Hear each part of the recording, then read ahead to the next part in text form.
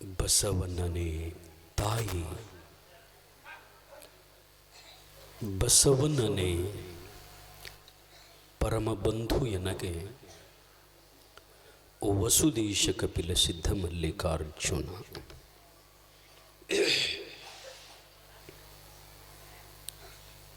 ಪರಮ ಪೂಜ್ಯ ಪ್ರಾತಸ್ಮರಣೀಯ ಸದ್ಗುರುವರ ಚರಣಾರವಿಂದಗಳಲ್ಲಿ ವಂದಿಸಿ, ಜಗದಾದಿ ಜಗದ್ಗುರು ಜಗದ್ವಂದ್ಯ ಎನ್ನ ಪರಮಾರಾಧ್ಯ ಸದ್ಗುರು ಅದ್ವೈತ ಸಾರ್ವಭೌಮ ಚಕ್ರವರ್ತಿ ಸದ್ಗುರು ಸಿದ್ಧಾರೂಢಪ್ಪಂಗಳವರ ಪವಿತ್ರ ಪಾದಗಳನ್ನು ಸ್ಮರಣೆ ಮಾಡಿ,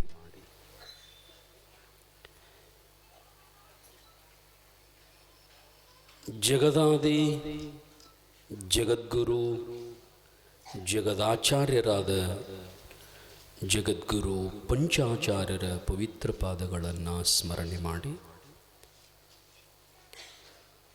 ಹಾನಗಲ್ಲದ ಗುರು ಕುಮಾರ ಶಿವಯೋಗಿಗಳನ್ನು ಸ್ಮರಣೆ ಮಾಡಿಕೊಂಡು,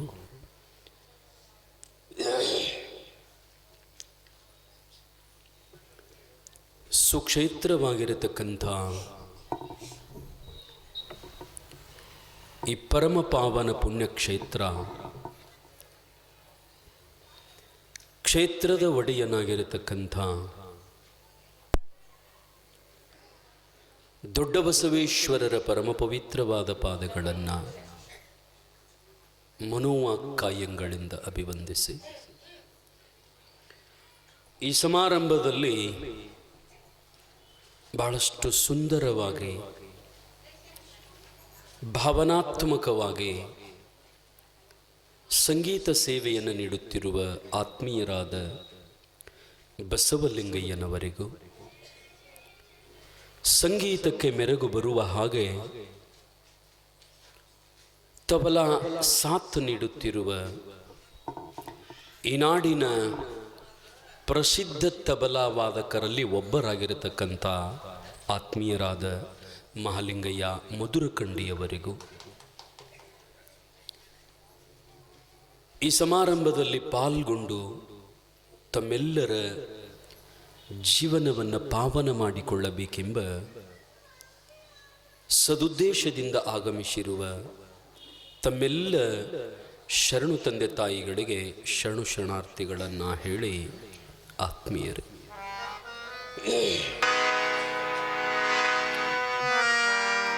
ಪುಣ್ಯಾತ್ಮರೇ, ದೊಡ್ಡ ಬಸವೇಶ್ವರರ ಕಾರ್ತಿಕೋತ್ಸವದ ನೈಮಿತ್ಯವಾಗಿ ತಾವೆಲ್ಲ ಪರಮಾತ್ಮನ ಸ್ಮರಣೆಯನ್ನು, ಬದುಕಿಗೆ ಬೇಕಾಗಿರತಕ್ಕಂಥ ಕೆಲವೊಂದು ಸೂತ್ರಗಳನ್ನು ತಾವೆಲ್ಲ ಕೇಳಲಿಕ್ಕೆ ಪ್ರಾರಂಭ ಮಾಡಿದ್ದೀರಿ.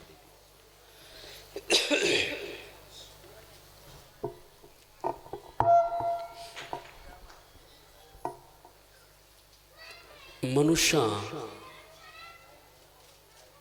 ಜಗತ್ತಿನೊಳಗ ಎಲ್ಲವನ್ನ ಅಳೀತಾನೆ, ಎಲ್ಲವನ್ನೂ ಅಳೀತಾನೆ. ಯಾವುದರಿಂದ ಏನನ್ನ ಅಳೀತಾನಂತಂದ್ರೆ,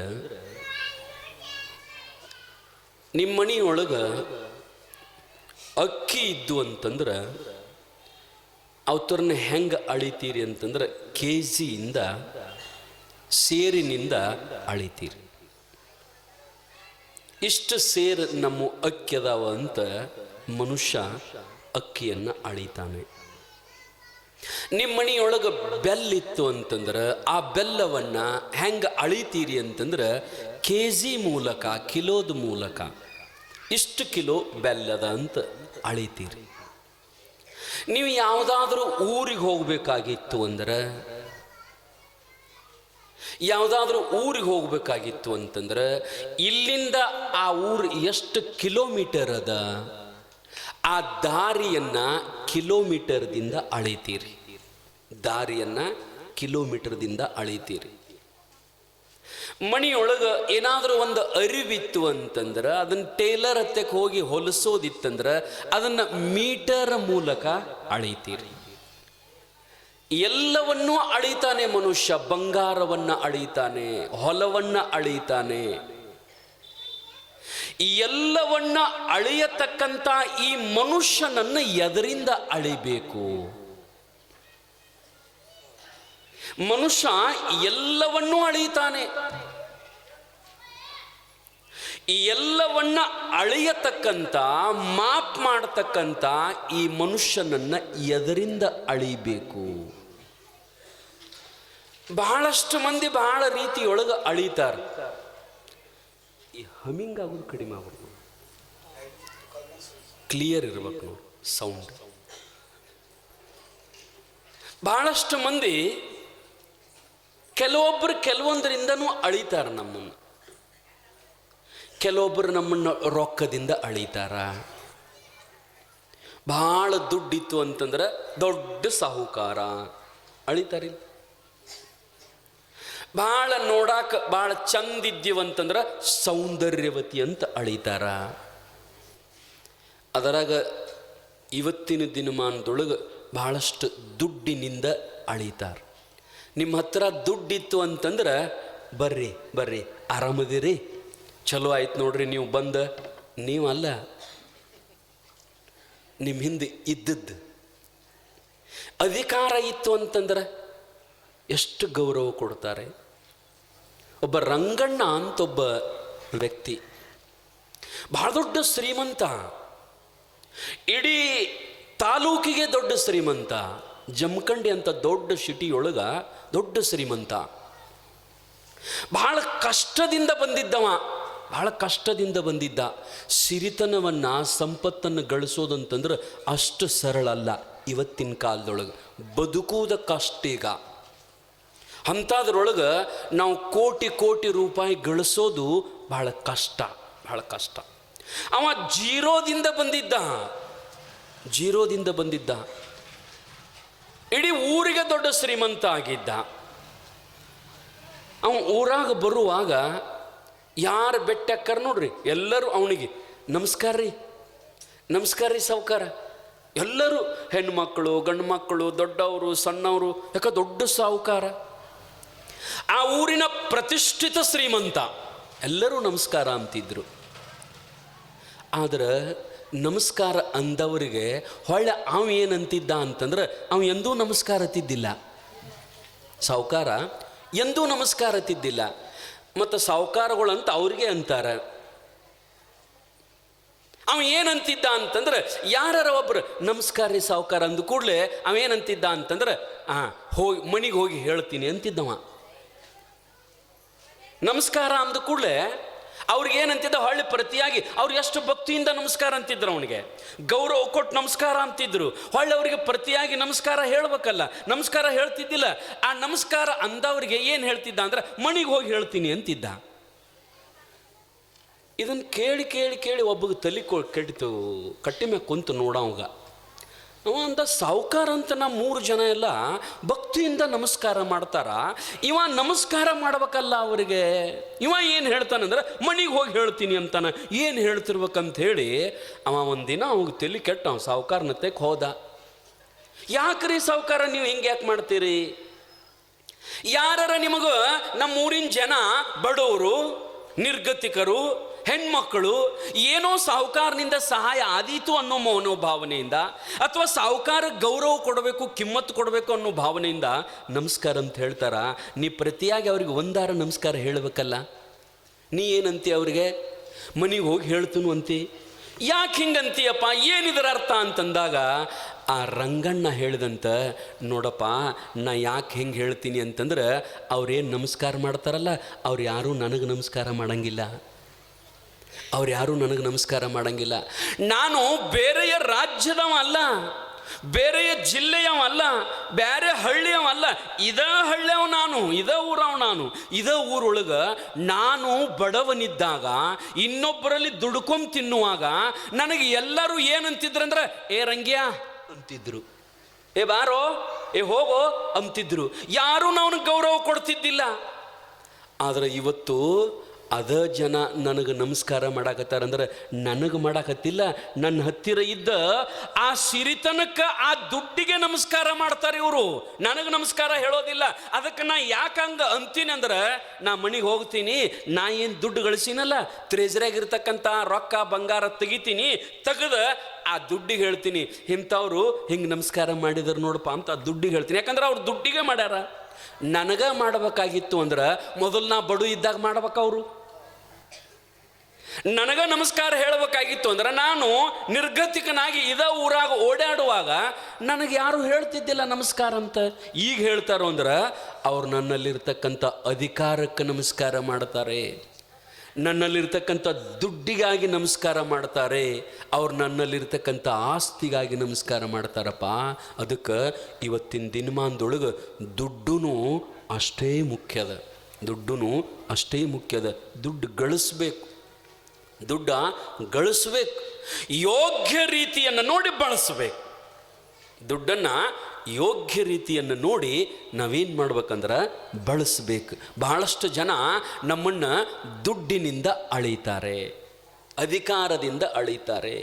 ಆದರೆ ಎಲ್ಲವನ್ನು ಅಳಿಯತಕ್ಕಂಥ ಈ ಮನುಷ್ಯನನ್ನು ಎದರಿಂದ ಅಳೀತಾರಂತಂದ್ರೆ ಪರೀಕ್ಷೆ ಮಾಡ್ತಾರೆ ಜನ ನಮ್ಮನ್ನು. ನಾವು ತಿಳ್ಕೊಂಡಿರ್ತೀವಿ ಏನು ಮಾಡ್ತಾನ, ನಮ್ಮ ಮುಂದೆ ಯಾವದಾನ ಅಂತ ನಾವು ಅನ್ಕೊಂತಿರ್ತೀವಿ. ಆದರೆ ಜನ ಯಾವತ್ತೂ ಸುಮ್ಮ ಕುಂತಿರಂಗಿಲ್ಲ, ನಮ್ಮನ್ನು ನೋಡ್ತಿರ್ತಾರೆ ಅವ್ರು. ನಾವು ಏನು ಮಾಡ್ತೀವಿ, ನಾವು ಏನಿಲ್ಲ, ನಮ್ಮಿಂದ ಏನಾಗ್ತದ, ಪಾಪೋ ಪುಣ್ಯನೋ, ಅವ್ರಿಗೆ ತೊಂದರೆಯೋ ಇವ್ರಿಗೆ ತೊಂದರೆಯೋ, ನಮ್ಮಿಂದ ಏನಾಗ್ತದ ಅನ್ನೋದು ಎಲ್ಲನೂ ನೋಡ್ತಾರೆ ಜನ. ನೋಡಿ ಒಂದು ದಿನ ಜನ ತಿರುಗಿ ಬಿದ್ರು ಅಂತಂದ್ರ, ಒಂದು ದಿನ ಜನ ಶಿಕ್ಷೆಯನ್ನು ಕೊಡಾಕ ತಯಾರಾದರು ಅಂತಂದ್ರೆ ಅವ ಈ ದೇಶದ ಮುಖ್ಯಮಂತ್ರಿ ಅದಾನಂದ್ರೂ ಕೇಳಂಗಿಲ್ಲ. ಜನ ಉತ್ತರ ಕೊಟ್ಟೇ ಕೊಡ್ತಾರೆ ಅವನಿಗೆ. ಅವನಿಂದ ಒಳ್ಳೆಯದಾಗಬೇಕು, ನಮ್ಮ ಸಮಾಜಕ್ಕೆ, ನಮ್ಮ ರಾಷ್ಟ್ರಕ್ಕೆ, ನಮ್ಮ ದೇಶಕ್ಕೆ ಒಳ್ಳೆಯದಾಗಬೇಕು. ಪುಣ್ಯಾತ್ಮರೇ, ಸರ್ಕಾರಗಳು ಹೆಂಗಿರ್ಬೇಕಂತಂದ್ರೆ ಈ ಸಾಮಾನ್ಯ ಪ್ರಜೆಗಳ ಹಿತವನ್ನು ಬಯಸಬೇಕು. ಸರ್ಕಾರವು ಕೂಡ ಈ ಸಾಮಾನ್ಯ ಜನರ ಹಿತವನ್ನು ಬಯಸಬೇಕು. ಇವರಿಗೆ ಏನು ಕೊಟ್ಟರೆ ಒಳ್ಳೆಯದಾಗ್ತದೆ ಅನ್ನೋದು ದೊಡ್ಡವರು ವಿಚಾರ ಮಾಡಬೇಕು, ದೊಡ್ಡವರು ವಿಚಾರ ಮಾಡಬೇಕು. ನಿಮ್ಗೆ ಗೊತ್ತಿರಬೇಕು, ಮೊನ್ನೆ ಬಿಹಾರದಲ್ಲಿಯೋ ಎಲ್ಲಿಯೋ ಎಲೆಕ್ಷನ್ ಆಯಿತು. ನಿತಿನ್ ಅವರಂಥೇಳಿ ಆರಿಶ್ ಬಂದರು, ಅವರೇ ಇನ್ನು ಮುಂದಿನ ಮುಖ್ಯಮಂತ್ರಿ ಅವರು. ಆ ರಾಜ್ಯದೊಳಗೆ 20 ವರ್ಷ ಆಯ್ತು ಅವರು, 5 ಫಿರಿಡ್ 4 ಫಿರಿಡ್ ಅವರೇ ಆರಿಶ್ ಬರ್ತಾರೆ. ಆದರೆ ಮೆಚ್ಚಬೇಕಾದದ್ದೇನಂತಂದ್ರೆ 20 ವರ್ಷ ಆಯಿತು ಆ ರಾಜ್ಯದೊಳಗೆ ಶರಾಯಿ ನಿಷೇಧ ಮಾಡಿದ್ದಾನೆ ಪುಣ್ಯಾತ್ಮ. ಆ ರಾಜ್ಯದೊಳಗೆ 20 ವರ್ಷ ಶರಾಯಿ ನಿಷೇಧ ಮಾಡಿದ್ದಾನೆ. ಮತ್ತೀಗ ಅವನ ಬಹುಮತದಿಂದ ಆರಿಸಿ ಬಂದಿದ್ದಾನೆ. ಆ ಜನ ಅವನ ಫೋಟೋ ಇಟ್ಟು ಪೂಜೆ ಮಾಡ್ತಾರ್ರಿ. ಯಾಕಂದ್ರೆ ನಮ್ಮ ಮಾಂಗಲ್ಯವನ್ನು ಉಳಿಸೋಣ, ನಮ್ಮ ಮನೆಯನ್ನು ಉಳಿಸಿದಾನ. ಎಷ್ಟೋ ಮಂದಿ ಮನೆಯೊಳಗೆ, ಕುಡಿಯೋರ ಮನೆಯೊಳಗೆ ಎಷ್ಟು ನೋವದ, ಎಷ್ಟು ಕಷ್ಟದ ಅಂದ್ರೆ ಅವರಿಗೇ ಗೊತ್ತು. ಹೊಲ ಹೋಗ್ತದ, ಮನೆ ಹೋಗ್ತದ, ಮಕ್ಕಳು ಹೋಗ್ತಾರ, ಹೆಂಡತಿ ಹೋಗ್ತಾಳ, ಅಥವಾ ತಾನೇ ಮೊದಲು ಹೋಗ್ತಾನ. ಕಾರಣ ಏನು ಅಂತಂದ್ರೆ ಸರ್ಕಾರವು ಕೂಡ ಒಳ್ಳೆಯದನ್ನು ಬಯಸಬೇಕು, ನಮ್ಮೆಲ್ಲರಿಗೆ ಒಳ್ಳೆಯದನ್ನು ಬಯಸಬೇಕು.